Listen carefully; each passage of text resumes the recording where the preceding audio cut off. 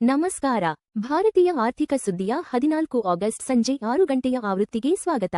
ಈ ಸುದ್ದಿ ಆವೃತ್ತಿಯನ್ನು ನಿಮಗೆ ತಂದಿರುವವರು ಭಾವನಾ. ಇತ್ತೀಚಿನ ಸುದ್ದಿಗಳನ್ನು ಆಲಿಸಿ. ಸೆನ್ಸೆಕ್ಸ್ 78,925 71 ಪಿಟಿಎಸ್ 0.09% ಕುಸಿದಿದೆ. ಅತಿ ಹೆಚ್ಚು ಲಾಭ. ಭಾರತಿ ಏರ್ಟೆಲ್ 2.73% ಏರಿಕೆಯಾಗಿದೆ. ಅತಿ ಹೆಚ್ಚು ನಷ್ಟ. ಏಷಿಯನ್ ಪೇಂಟ್ಸ್ 2.15% ಕುಸಿದಿದೆ. ನಿಫ್ಟಿ 50 ಇಂದು 24,366 0.12% ಆಗಿದೆ. -0.12% ಕುಸಿದಿದೆ. ಎನ್ಎಸ್ಇಯ ಅಗ್ರ 50 ಕಂಪನಿಗಳನ್ನು ಟ್ರ್ಯಾಕ್ ಮಾಡುತ್ತದೆ. ಜಾಗತಿಕ ಉದ್ವಿಗ್ನತೆಯ ನಡುವೆ 71 ಅಂಕ ಕುಸಿದ ಸೆನ್ಸೆಕ್ಸ್ 24,400ಕ್ಕಿಂತ ಕೆಳಗೆ ಮುಕ್ತಾಯಗೊಂಡ ನಿಫ್ಟಿ.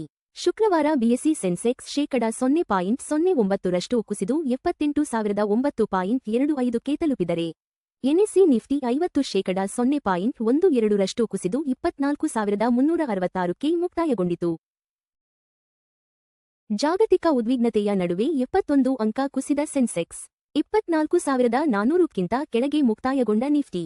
ಇರಾನ್ ಮೇಲಿನ ಯುಎಸ್ ನೌಕಾ ದಿಗ್ಬಂಧನದ ಭೌಗೋಳಿಕ ರಾಜಕೀಯ ಆತಂಕಗಳು ಹೂಡಿಕೆದಾರರ ಮೇಲೆ ಪರಿಣಾಮ ಬೀರಿದ್ದರಿಂದ ಮಾರುಕಟ್ಟೆಗಳು ಸತತ 4ನೇ ದಿನವೂ ಕುಸಿತ ಕಂಡವು. ಭಾರತದ ಸರಕು ವ್ಯಾಪಾರ ಕೊರತೆ 6 ತಿಂಗಳ ಗರಿಷ್ಠ ಮಟ್ಟವಾದ $31 ಮತ್ತು 98 ಸೆಂಟ್ ಶತಕೋಟಿಗೆ ಏರಿಕೆ. ಜುಲೈನಲ್ಲಿ ಭಾರತದ ಸರಕು ವ್ಯಾಪಾರ ಕೊರತೆಯು 6 ತಿಂಗಳ ಗರಿಷ್ಠ ಮಟ್ಟವಾದ $31 ಮತ್ತು 98 ಸೆಂಟ್ ಶತಕೋಟಿಗೆ ವಿಸ್ತರಿಸಿದೆ. ಏಪ್ರಿಲ್-ಜುಲೈ ಅವಧಿಯಲ್ಲಿ ಸರಕು ರಫ್ತು %17 ಹೆಚ್ಚಳವಾಗಿ $173 ಮತ್ತು 78 ಸೆಂಟ್ ಶತಕೋಟಿಗೆ ತಲುಪಿದೆ. ಆರ್ಬಿಐ ಗುರಿ ಮೀರಿದ ಭಾರತದ ಚಿಲ್ಲರೆ ಹಣದುಬ್ಬರ %4.45ಕ್ಕೆ ಏರಿಕೆ. ಭಾರತದ ಚಿಲ್ಲರೆ ಹಣದುಬ್ಬರವು ಸತತ 2ನೇ ತಿಂಗಳು ರಿಸರ್ವ್ ಬ್ಯಾಂಕ್ ಆಫ್ ಇಂಡಿಯಾದ %4 ಮಧ್ಯಂತರ ಗುರಿಯನ್ನು ದಾಟಿ %4.45ಕ್ಕೆ ಏರಿದೆ. ಬಾಷ್ಪಶೀಲ ಆಹಾರ ಮತ್ತು ಇಂಧನ ಬೆಲೆಗಳು ದೇಶಾದ್ಯಂತ ಗ್ರಾಹಕರ ಮೇಲೆ ಒತ್ತಡವನ್ನು ಮುಂದುವರಿಸಿವೆ. ವಾರದ ಕುಸಿತ ದಾಖಲಿಸಿದ ಭಾರತೀಯ ರೂಪಾಯಿ ಯುಎಸ್ ಡಾಲರ್ ಎದುರು 95.42ಕ್ಕೆ ಸ್ಥಿರ. ಭಾರತೀಯ ರೂಪಾಯಿ ಸವಾಲಿನ ವಾರವನ್ನು ಎದುರಿಸಿತು. ಆದರೆ ಶುಕ್ರವಾರ ಯುಎಸ್ ಡಾಲರ್ ಎದುರು %0.02 ಕುಸಿದು 95.42ಕ್ಕೆ ಸ್ಥಿರವಾಯಿತು. ರಿಸರ್ವ್ ಬ್ಯಾಂಕ್ ಆಫ್ ಇಂಡಿಯಾದ ಸಮಯೋಚಿತ ಹಸ್ತಕ್ಷೇಪವು ಸ್ಥಳೀಯ ಕರೆನ್ಸಿಯ ಹೆಚ್ಚಿನ ನಷ್ಟವನ್ನು ತಡೆಯಲು ಸಹಾಯ ಮಾಡಿತು. ಭಾರತ್ ಡೈನಾಮಿಕ್ಸ್ ಮೊದಲ ತ್ರೈಮಾಸಿಕ ಲಾಭ 6 ಪಟ್ಟು ಹೆಚ್ಚಳ. ಆದಾಯ %131 ವೃದ್ಧಿ. ಭಾರತ್ ಡೈನಾಮಿಕ್ಸ್ 2027ರ ಹಣಕಾಸು ವರ್ಷದ ಮೊದಲ ತ್ರೈಮಾಸಿಕದಲ್ಲಿ ತನ್ನ ನಿವ್ವಳ ಲಾಭದಲ್ಲಿ 6 ಪಟ್ಟು ಹೆಚ್ಚಳವನ್ನು ವರದಿ ಮಾಡಿದೆ. ದೇಶೀಯ ರಕ್ಷಣಾ ಬೇಡಿಕೆಯಿಂದಾಗಿ ಕಂಪನಿಯ ಆದಾಯವು ವರ್ಷದಿಂದ ವರ್ಷಕ್ಕೆ %131 ಹೆಚ್ಚಾಗಿದೆ. ಅಶೋಕ್ ಲೇಲ್ಯಾಂಡ್ ಮೊದಲ ತ್ರೈಮಾಸಿಕ ನಿವ್ವಳ ಲಾಭ ₹667 ಮತ್ತು 77 ಕೋಟಿಗೆ ಅಲ್ಪ ಏರಿಕೆ. ಅಶೋಕ್ ಲೇಲ್ಯಾಂಡ್ 2027ರ ಹಣಕಾಸು ವರ್ಷದ ಮೊದಲ ತ್ರೈಮಾಸಿಕದಲ್ಲಿ ತನ್ನ ಏಕೀಕೃತ ನಿವ್ವಳ ಲಾಭದಲ್ಲಿ %1.5 ಹೆಚ್ಚಳವಾಗಿ ₹667 ಮತ್ತು 77 ಕೋಟಿಗೆ ತಲುಪಿದೆ ಎಂದು ಘೋಷಿಸಿದೆ. ವಾಣಿಜ್ಯ ವಾಹನ ತಯಾರಕ ಸಂಸ್ಥೆಯು ಕಳೆದ ವರ್ಷ ಇದೇ ಅವಧಿಯಲ್ಲಿ ₹657.72 ಕೋಟಿ ನಿವ್ವಳ ಲಾಭ ಗಳಿಸಿತ್ತು. ನ್ಯಾಟ್ಕೋ ಫಾರ್ಮಾ ಮೊದಲ ತ್ರೈಮಾಸಿಕ ನಿವ್ವಳ ಲಾಭ %57 ಕುಸಿದು ₹206 ಕೋಟಿಗೆ ಇಳಿಕೆ. ನ್ಯಾಟ್ಕೋ ಫಾರ್ಮಾ ಮೊದಲ ತ್ರೈಮಾಸಿಕದಲ್ಲಿ ತನ್ನ ಏಕೀಕೃತ ನಿವ್ವಳ ಲಾಭದಲ್ಲಿ %57 ಕುಸಿತ ಕಂಡು ₹206 ಕೋಟಿಗೆ ತಲುಪಿದೆ ಎಂದು ವರದಿ ಮಾಡಿದೆ. ಔಷಧ ಕಂಪನಿಯ ಈ ತ್ರೈಮಾಸಿಕದ ಆದಾಯವು ₹735 ಕೋಟಿಯಾಗಿದ್ದು, ಕಳೆದ ವರ್ಷದ ತ್ರೈಮಾಸಿಕದಲ್ಲಿ ₹480.3 ಕೋಟಿ ಲಾಭ ಗಳಿಸಿತ್ತು. ವೈಜಾಗ್ ಸ್ವಾಧೀನದ ನಂತರ ಅದಾನಿ ಎನರ್ಜಿ ಸೊಲ್ಯೂಷನ್ಸ್ ಷೇರುಗಳು %2 ಏರಿಕೆಯೊಂದಿಗೆ ಮುಕ್ತಾಯ. ವೈಜಾಗ್ ಪವರ್ ಟ್ರಾನ್ಸ್ಮಿಷನ್ ಸ್ವಾಧೀನಪಡಿಸಿಕೊಂಡ ನಂತರ ಅದಾನಿ ಎನರ್ಜಿ ಸೊಲ್ಯೂಷನ್ಸ್ ಷೇರುಗಳು ಶುಕ್ರವಾರ %2 ಏರಿಕೆಯೊಂದಿಗೆ ಮುಕ್ತಾಯಗೊಂಡವು. ಈ ಕಾರ್ಯತಂತ್ರದ ಕ್ರಮವು ಆಂಧ್ರಪ್ರದೇಶದಲ್ಲಿ ಕಂಪನಿಯ ವಿದ್ಯುತ್ ಪ್ರಸರಣ ಜಾಲವನ್ನು ಬಲಪಡಿಸುವ ನಿರೀಕ್ಷೆಯಿದೆ. ಬಾಷ್ಪಶೀಲ ತೈಲದ ನಡುವೆ ಜುಲೈನಲ್ಲಿ ಯುಎಸ್ ಗ್ರಾಹಕ ಹಣದುಬ್ಬರ %3.4ಕ್ಕೆ ಇಳಿಕೆ. ಜುಲೈನಲ್ಲಿ ಯುಎಸ್ ಗ್ರಾಹಕ ಹಣದುಬ್ಬರವು ವರ್ಷದಿಂದ ವರ್ಷಕ್ಕೆ %3.4ಕ್ಕೆ ಇಳಿದಿದೆ. ಇದು ಬಾಷ್ಪಶೀಲ ತೈಲ ಬೆಲೆಗಳ ನಡುವೆ ಹಿಂದಿನ ಗರಿಷ್ಠ ಮಟ್ಟದಿಂದ ಕಡಿಮೆಯಾಗಿದೆ.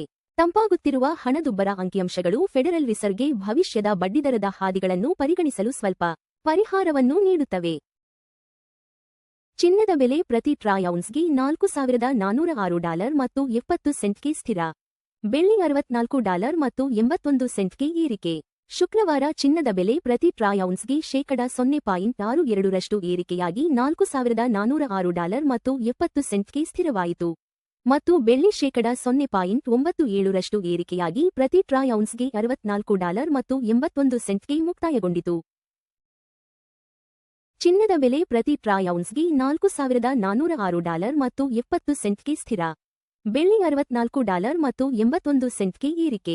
ಈ ನಡುವೆ ಜಾಗತಿಕ ಕಚ್ಚಾ ತೈಲ ಬೆಲೆಯು ,0.33% ಹೆಚ್ಚಳವಾಗಿ ಪ್ರತಿ ಬ್ಯಾರೆಲ್ಗೆ $81 ಮತ್ತು 62 ಸೆಂಟ್ಗೆ ಸ್ಥಿರವಾಯಿತು. ಎಫ್ಡಿ ಬಡ್ಡಿದರಗಳು ₹3 ಕೋಟಿಗಿಂತ ಕಡಿಮೆ. Kotak Mahindra bank 7.30%, bank of Baroda 7.15%, Punjab national bank 7.10%, HDFC bank 6.60%. ಚಿನ್ನ $4,406 ಮತ್ತು 70 ಸೆಂಟ್ ,0.62% ಪ್ರತಿ ಟ್ರಾಯ್ ಔನ್ಸ್ಗೆ. ಅಂದಾಜು $1,35,180 ಪ್ರತಿ 10 ಗ್ರಾಂಗೆ. ಚಿನ್ನದ ಬೆಲೆ $0.62% ಏರಿಕೆಯಾಗಿದೆ. ಹಿಂದಿನ ಮುಕ್ತಾಯ $4,379 ಮತ್ತು 60 ಸೆಂಟ್ರಿಂದ. ಚಿನ್ನದ ಬೆಲೆಗಳು ಜಾಗತಿಕ ಬೇಡಿಕೆ, ಡಾಲರ್ ಬಲ ಮತ್ತು ಹಣದುಬ್ಬರ ನಿರೀಕ್ಷೆಗಳನ್ನು ಪ್ರತಿಬಿಂಬಿಸುತ್ತವೆ.